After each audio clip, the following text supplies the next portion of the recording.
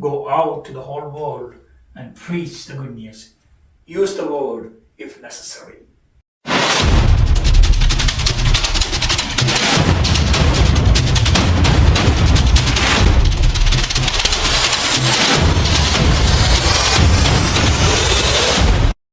Good morning, family and friends. Today we celebrate the feast of Saint Mark the Evangelist, the second Gospel after Matthew, Mark, Luke, and John.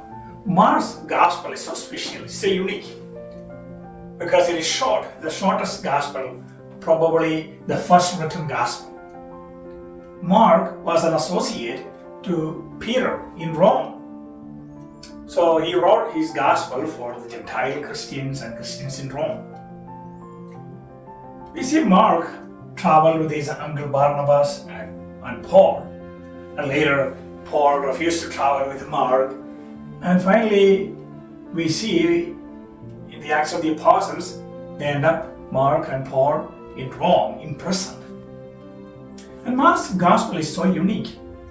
It's like a child telling a story. It's short, but he uses very limited sentences like and, very straightforward messages, which tells us it is not for just reading, but doing things, accomplishing things, instructing his readers to do things rather than just read and ponder, go and do.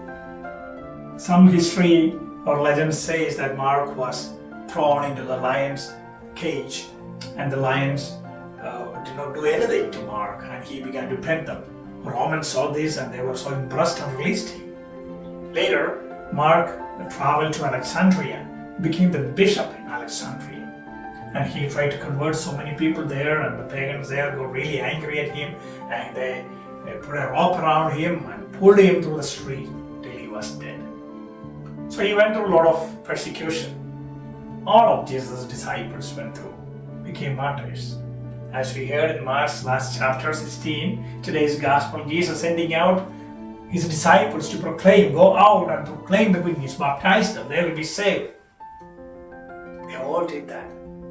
They became wonderful witnesses for Jesus, inviting all of us to do the same mission. Go out to the whole world and preach the good news. Use the word if necessary. May God bless us. Amen.